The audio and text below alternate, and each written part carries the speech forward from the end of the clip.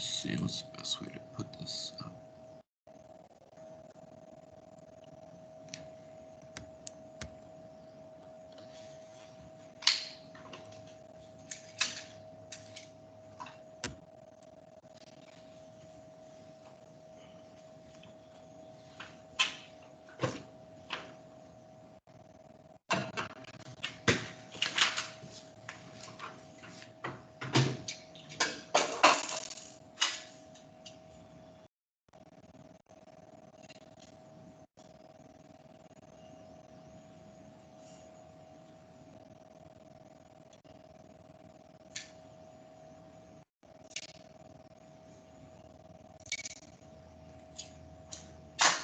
Okay. See if you can scan this real quick for convenience purposes. Nice.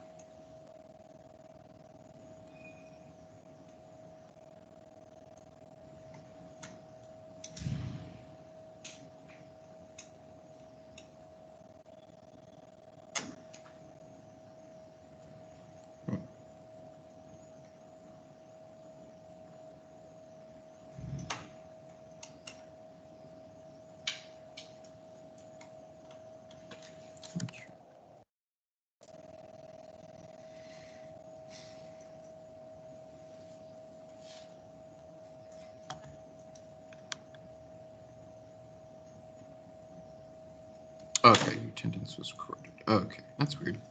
I should like go to a page for that. Anyways. Okay. I'll just get started.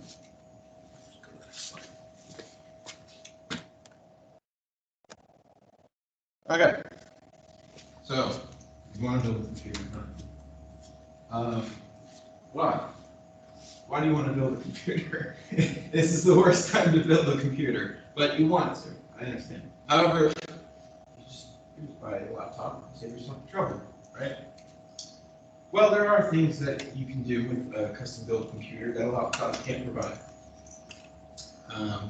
Those being unique parts that can be used for many different use cases, for live streaming, for music, for art, and things like that. The laptop doesn't have the expansion to provide, obviously. So when you're thinking, well, what's the minimum you need for a working computer? You need your CPU.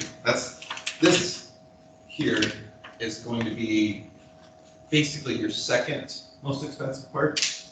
However, everything else, your RAM, you can go pretty cheap on your RAM. Storage, you can go pretty cheap. Motherboard is mostly cheap, depending on where you're going.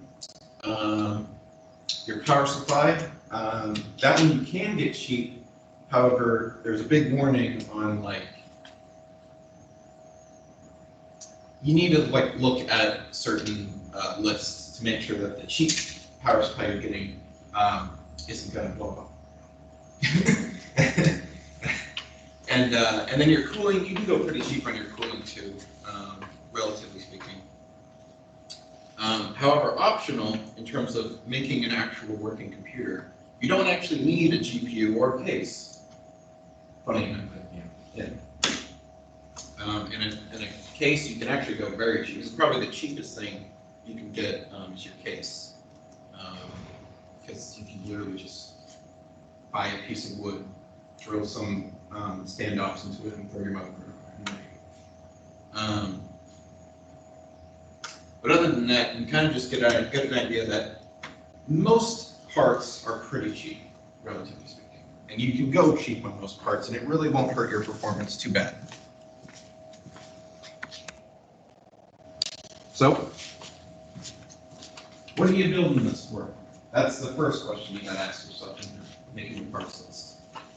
Are you making it for just a really cheap YouTube email box that your parents need, but you know that for whatever reason they can't just go out and get a computer, but you just need to throw something together real quick? That's also something that a lot of people build their own computer for because they want it super cheap. They want like a $50 computer. Then there's the art, the video editing, simulation. There's building for servers. A lot of people build today for have their own personal servers. A lot of people build for crypto mining. That was a very big craze, and it has changed a lot of things. Building for music. Now that is an interesting one because you don't actually need a lot of performance in terms of like your graphics card, because music is not really a visual thing; it's more just mastering the sound itself. And then live streaming is an interesting one because you might actually consider building two computers at once. One to play the game and one to record it. And then for a home theater set, that's interesting because that will almost determine what kind of case you're going to build with. If you want it to look nice as a centerpiece, especially most of the time they're very small computers. Like I can show you mine in just a minute. But the basic use case that pretty much everyone builds for is for gaming. And then once you know what you're building for, then you kind of ask, well, what's your price range? Since you're the only one here, what is your price range for your building? Let's say 2K. 2K? Okay, all right. Yeah, I started my build with about 1,600, and I made all the wrong decisions in terms of the parts that I chose.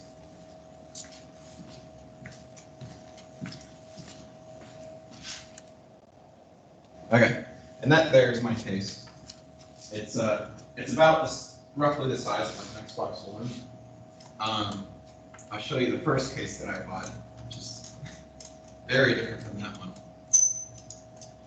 So, how knowledgeable would you say you are with like part numbers and others?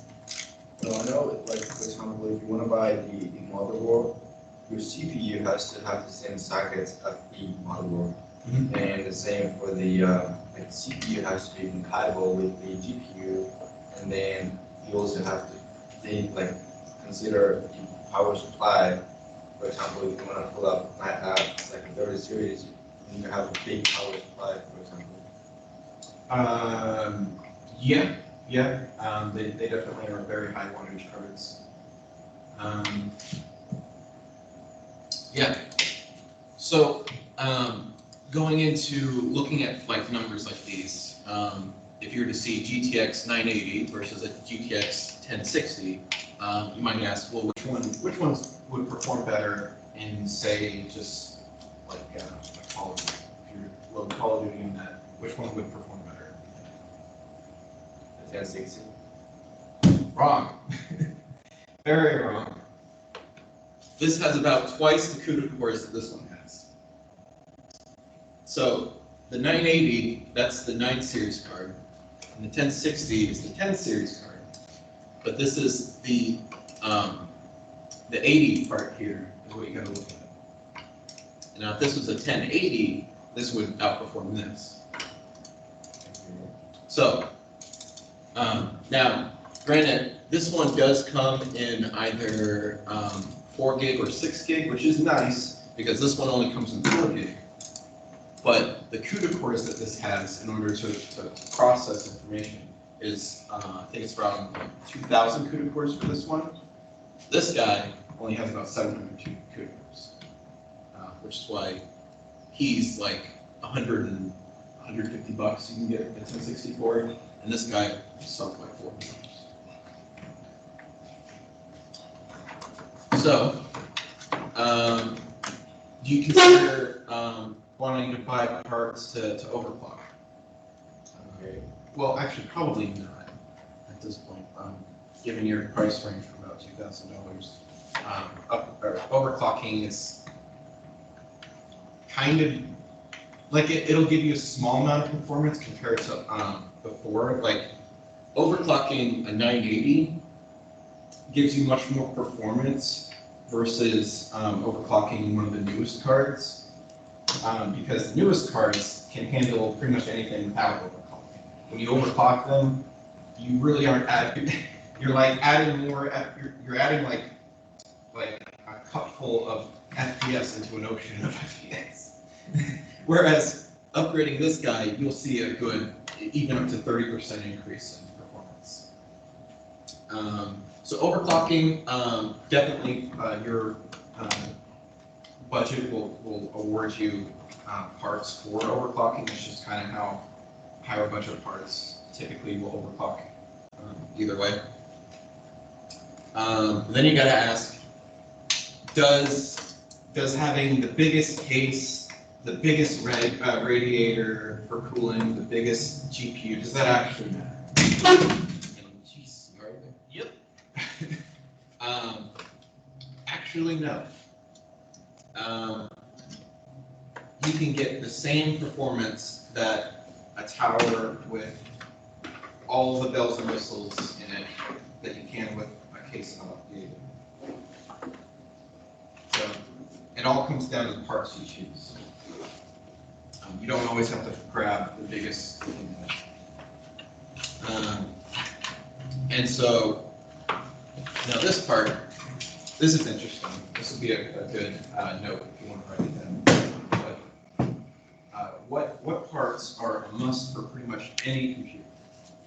One thing that you should very much consider is buying for your situation, buying an NVMe M.2 drive that you put your OS system on, or Windows or Linux, whatever you're running. You want your OS to be on a very fast drive. Like an SSD? Yeah, the M.2s they slot more directly into more of the PCIe lanes that the motherboard has. It's basically where all the high flow data goes through, and that's where you want your fastest storage to be, and that's where you want your OS to be. It'll save you so much trouble when you have the thing that you're always running be on the fastest storage.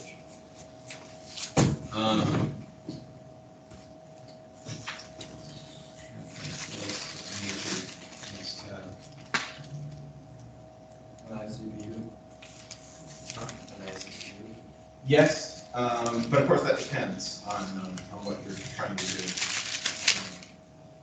Like if you're just building a super cheap computer, you still should have very fast storage for your OS.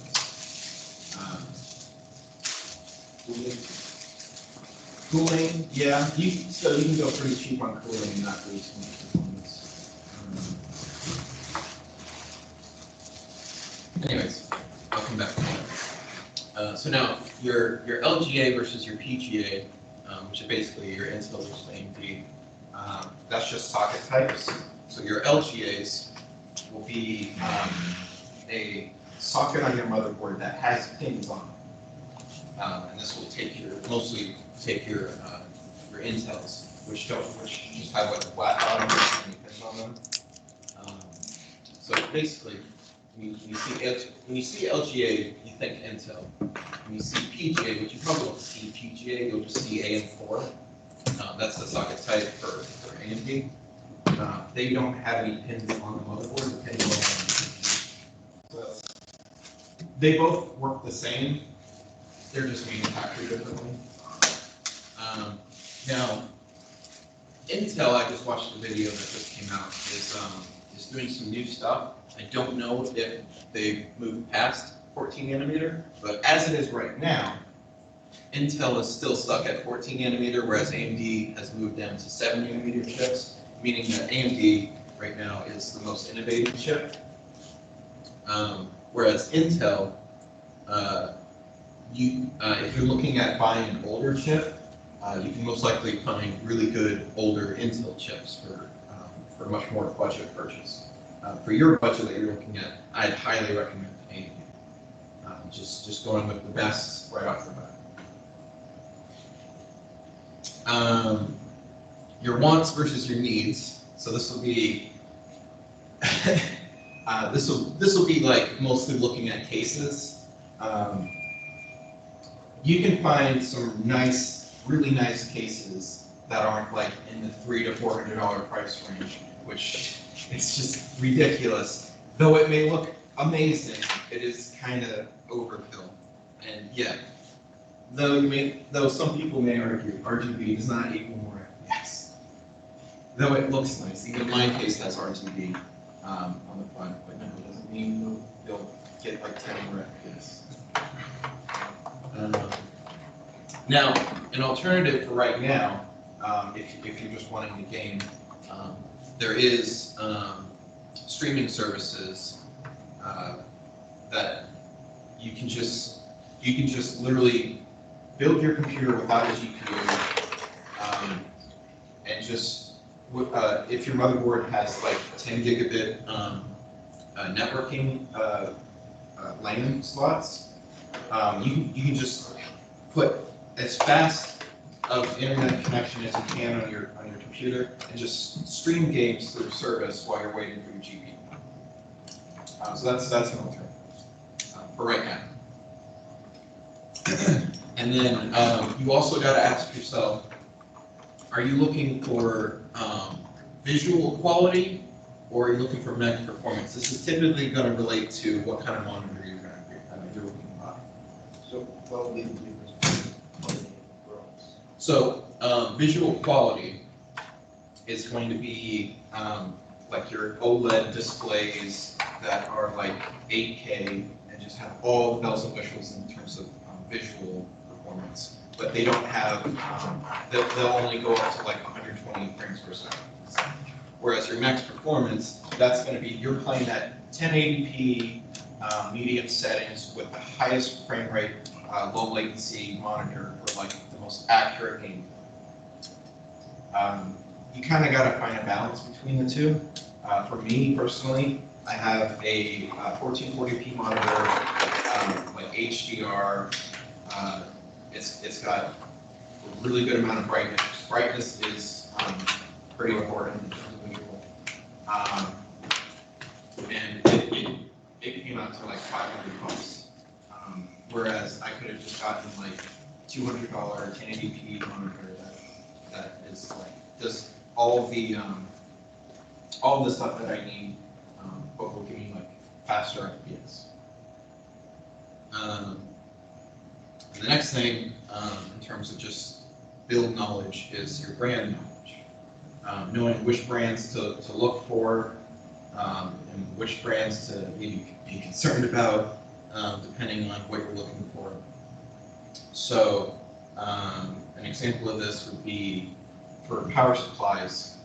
Typically, if you're just buying a power supply, and you look at brands like Corsair, EVGA, Seasonic, these guys, you really can't go wrong with whatever they're selling, so long as it has the amount of wattage that you need, which will be calculated on pretty accurately on PC Part Picker. If you look at just those kind of popular brands, you're pretty much good with anything that they give you, but there's always parts lists that I'll show you to look at. And then you have air versus water, which is actually pretty interesting for your case, for your budget situation. Is better air cooling or water cooling? Yeah, that's the trick. I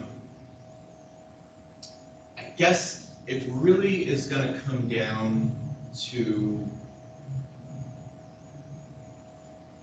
just your case, what case you're looking at. Because if you have a lot of high airflow through your case, air cooling can be really good because it's cheaper overall, and you will get the same performance, so you can put that money towards other things.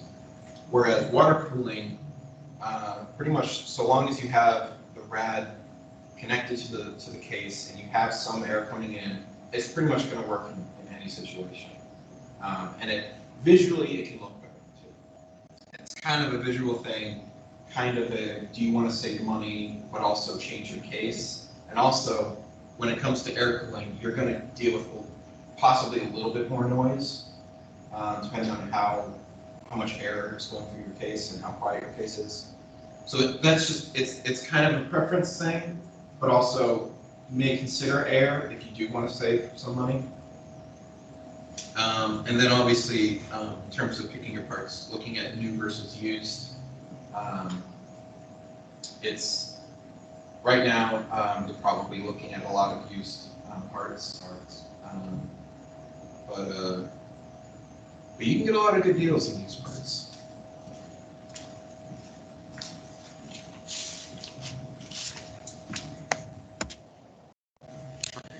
All right, this will be the second to last slide.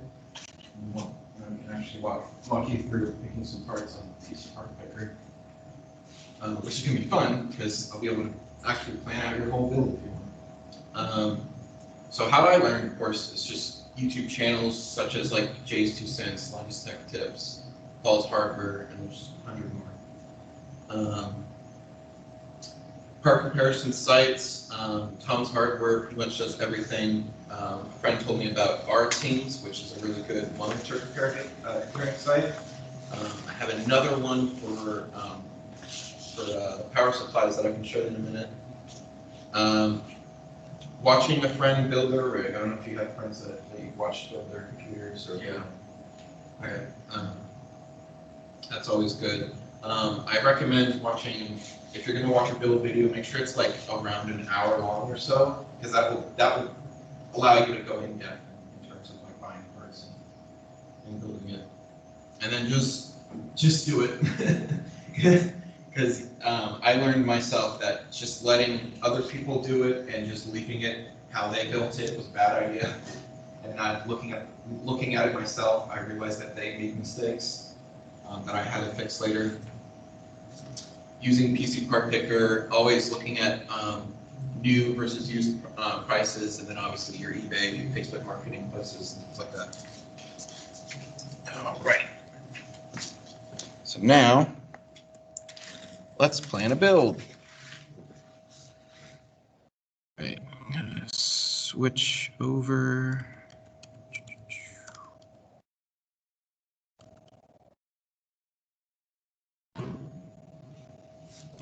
Stop sharing here and then share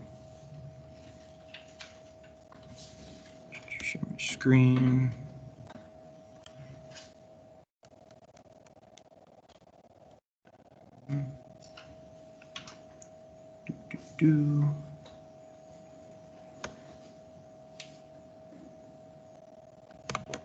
Right. Okay. All right. Okay. So you should be able to see PC Part Picker. You don't really need. Actually, do you need to sign in to start a build? No, just go to System Builder. That's fine. Okay. So, and you're building it primarily for gaming, was it? Let's say gaming and maybe like video. Okay. Yeah, they'll both do the same thing pretty much. All right. So for CPU.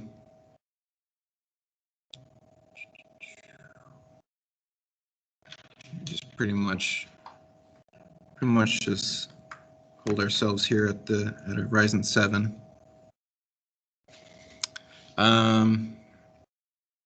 So these prices, MSRP, honestly can drop around like $80 or so. So just kind of hold this list, and just kind of wait it out a little bit, I would say, and you'll see much better prices. But yeah, for your situation, 8 cores. This is gonna have 16 threads on it. Or is it 16 or is it 32? Did it double its threads?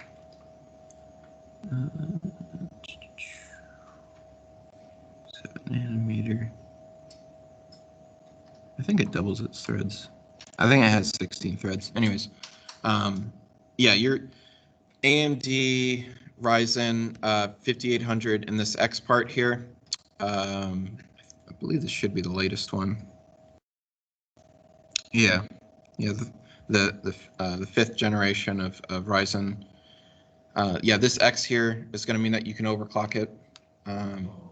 Well, you can overclock any Ryzen, but this one is it's a chip that was selected out of the bunch that that had the highest I forget what they call it, but it's basically the highest performance in terms of overclocking. So they picked this one out of the bunch to label X because they know, because they've tested it, this chip can overclock very well. And overclocking, as we get further and further into more like higher PC games that require more performance, overclocking will come back to mean more because you'll need more performance. And the idea of future-proofing, most people say you can't ever really future-proof a PC. But like at this point, with what we have right now, these 8-core processors that what is it, like turboing up to like 4.7. This stuff you can ride for up to even like 10 years down the road. Like this stuff's great. So yeah, just slap that in there, and then What about the Intel i9? so your i9s, I mean, Intel is coming out with a new chip. It's their I think they're calling it their Azure Lake chip. It's their 12th generation chips. It's not even on here right now, but in terms of if you're going for an i9, yeah, the 11900K. Huh? The H. The K, I know means overclocking. I think the H also means overclocking. Double check.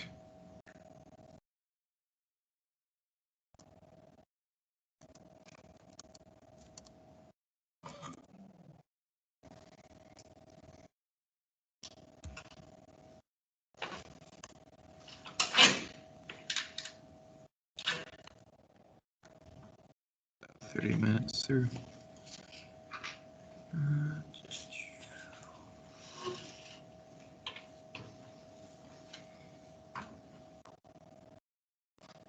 Okay. So H means, oh, H is high performance for mobile. Okay. So yeah, your H is your chips that were selected primarily for like laptops. And so your Ks are your overclocked, your unlocked and overclockable chips. So so yeah, for desktop performance, you're looking at just your 11900K. And like if we wanted to compare these two,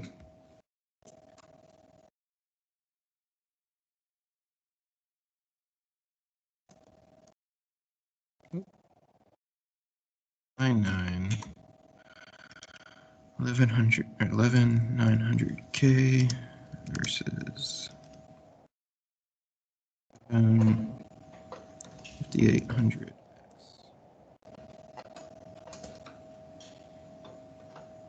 You also got to be careful with certain benchmarking sites, but you can see that there's a bit of a price difference for relatively only like 5% increase. And I can show you the Linus Tech Tips video, geez, that I watched recently about Intel's newest chips, because the benchmarks that they had for those new chips, they benchmarked them on Windows 11, and Windows 11 seems to be having a little bit of a problem with AMD at the moment. So, would you turn off my display?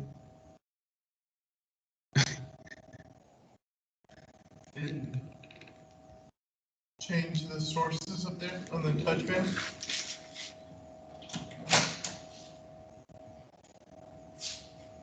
No, the way through. Oh, okay. So you'll just have to wait for the official release before we have any real detail on the 11th gen of Intel that's coming out soon. But as it is right now, you're for like an extra $200, you're gaining only like 5%, roughly. So that's why I highly recommend Ryzen, because you can use that money for obviously your graphics card and other things.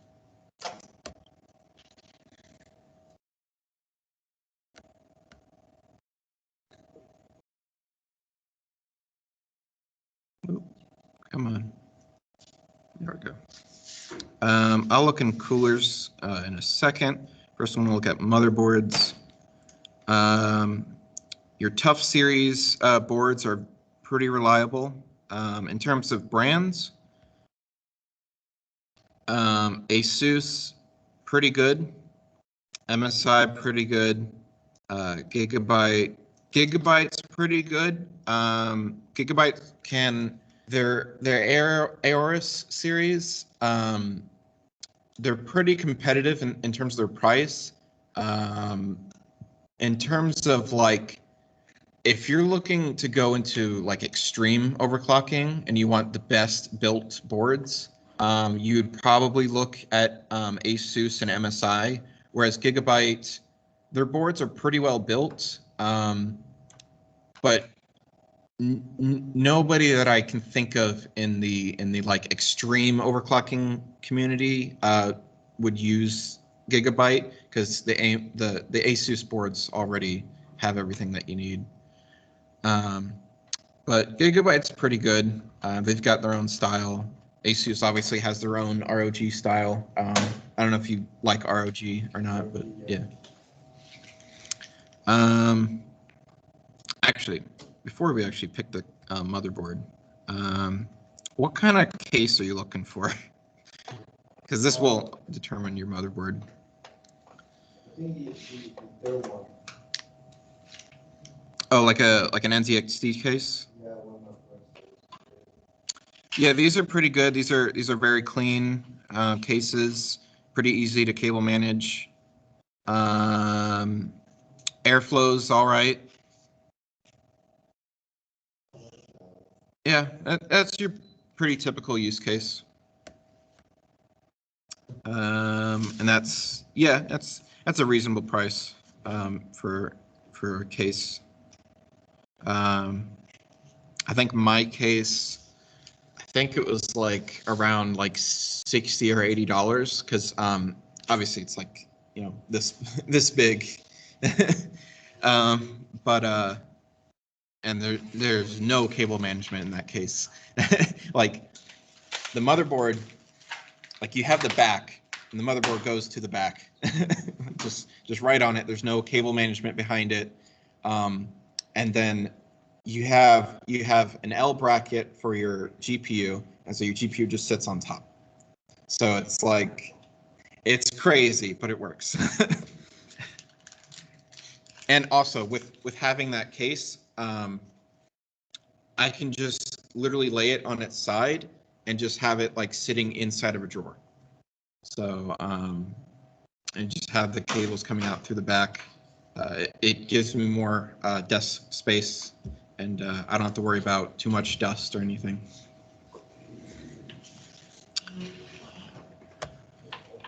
So when we're looking at motherboards, we're definitely going to look at our full ATX motherboards, because that full ATX motherboards are going to give you the most features. Obviously, if you cut the motherboard in half, you can't fit as many features on it. So you're going to be looking at your full ATX motherboards. And then I think it's B550, but I think the X series, because I believe you should be able to overclock on a B550, but I know that the X570s are for like huge amounts of overclocking, so we can see what kind of prices they have for these, which aren't too bad, honestly, for a very heavy duty overclocking board. So this will be like, obviously it's at the top, and so this kind of board is pretty much going to give you everything you need.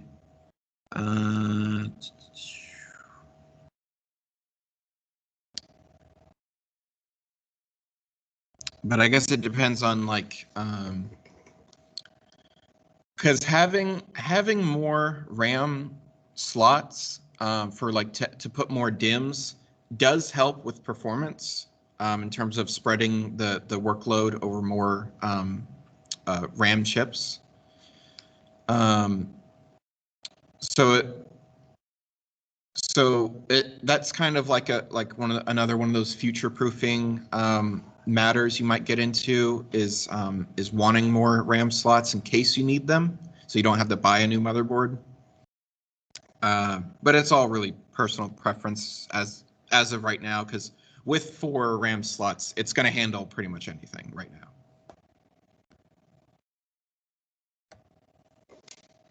Take a look at some of these other boards. So you got your Strix series, which is going to be your RGB series. Yeah. I think this was the one that I helped a friend build with, and it was actually a really nice board. Of course, your Strix series with all its fancy features is gonna knock you up $100 or so. So you gotta just consider that. And then you got like your dark heroes here. These are going to be the boards that I believe the extreme overclockers are going to grab. And this is also a thing to consider as well. I believe that both of these slots will have 16 lanes to both of them. So that means you'll get the most performance out of having 2 cards if you want to expand.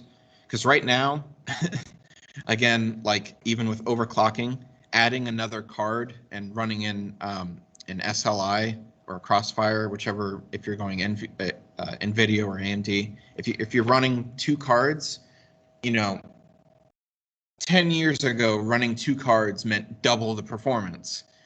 Today, running 2 cards means you go from 8K 300 frames per second to 8K 400 frames per second, but you're already at max performance anyways. So adding another card right now doesn't really do a ton. Where did my water bottle go?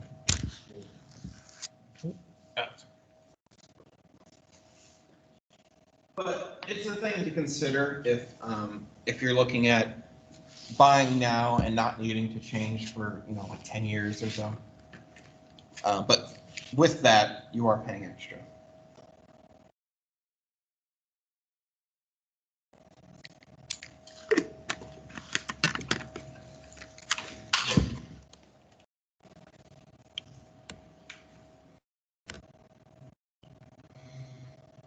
And then the Tough series, yeah, that's pretty much going to be everything you need. What was the compatibility issue?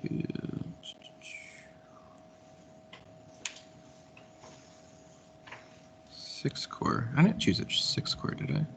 Oh, I clicked the wrong one.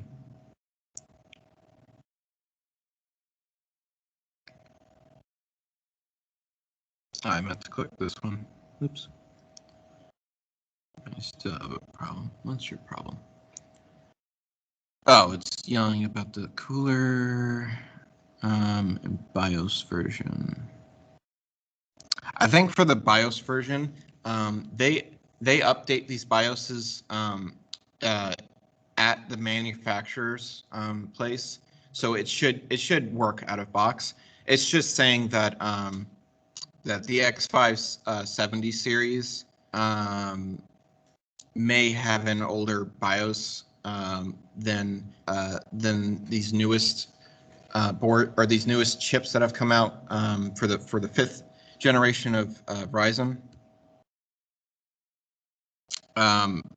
But for ASUS, I believe not only does it have like literally a physical update BIOS button on the side, it should work right out of the box anyways. I guess we can look at the cooler real quick. So, so for an NZXT, actually, to be honest, you could go like full NZXT parts, like even the motherboard too, and just get the whole NZXT package, like their water cooler. Their Krakens are very popular. Yeah, this will be their water cooler here, and it obviously it's going to fit in their case perfectly fine. It's going to look great. So this, but compared to water cooling, because this one runs for about 140, or comparing it to air cooling, if we look at like a Dark Rock Pro here, yeah, this guy, these two will net you really the same performance in terms of cooling capability, but there is quite a difference in price. Like I said earlier, when you go to air cooling, you can save quite a bit of cash, but still get pretty much the same performance. It kind of just comes down to what you want it to look like, whether you want the cooler to have like a holographic. Even Corsair has come out with stuff where this is basically like a monitor, and you can put whatever you want on there. You can have it display what temperature your parts are at. It comes down to personal preference.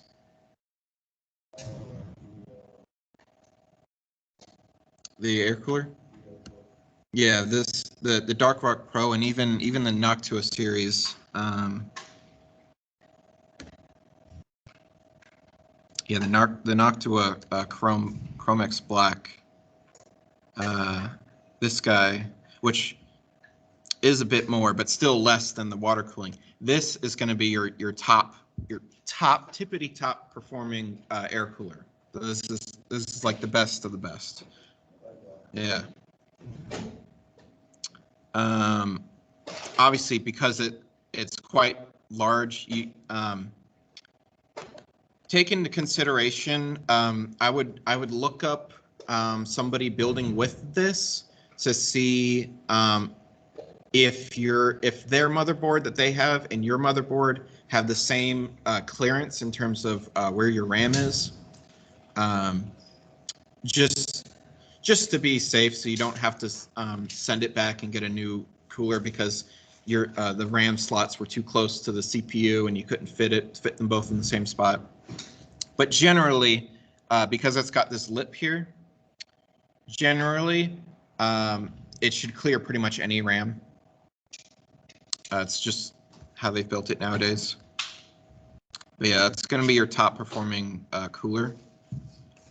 Comparatively, you're only saving like $10 if you go with the dark rock. So I would recommend the Noctua here.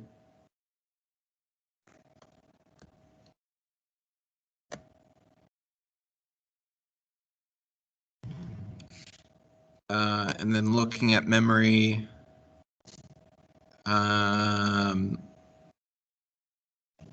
pretty much to be safe in terms of getting the best quality RAM.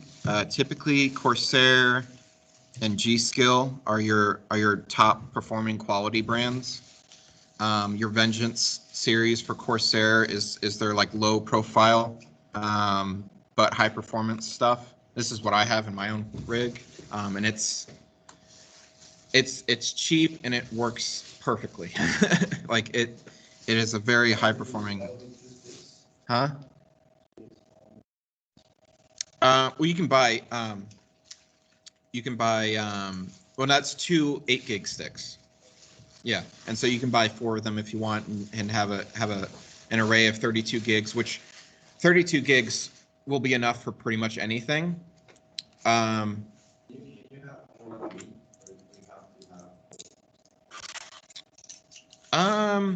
It depends on the motherboard, but in pretty much 90% of the case, 90% of the situations,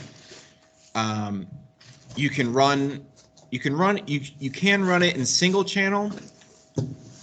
It's recommended to do either dual channel or having 4 DIMMs, but doing 3 DIMMs, I think it can still work, but because you buy them in 2 packs anyways, you just do all 4. Of course, they do have M.2 expansions that you can put them into. I think you can put them into 1 RAM slot and use that RAM as a way of having more storage. It's kind of a nifty thing, but the motherboard you have already runs so many different. How's it going? Am I right? I believe I still should have. Oh no, that's actually time. Huh, all right. Didn't realize how long I went. Let me see here.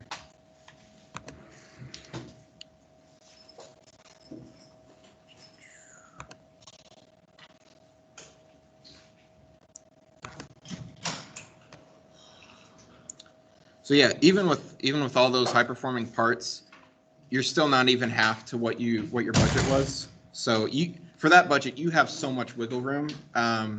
Just do your research, and then you can get it done. But otherwise, that's all the time that I have. So.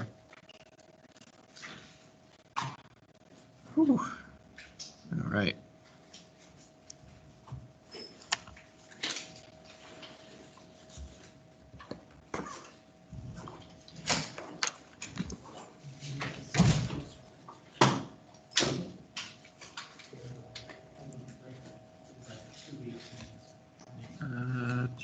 One second, just gonna end this call.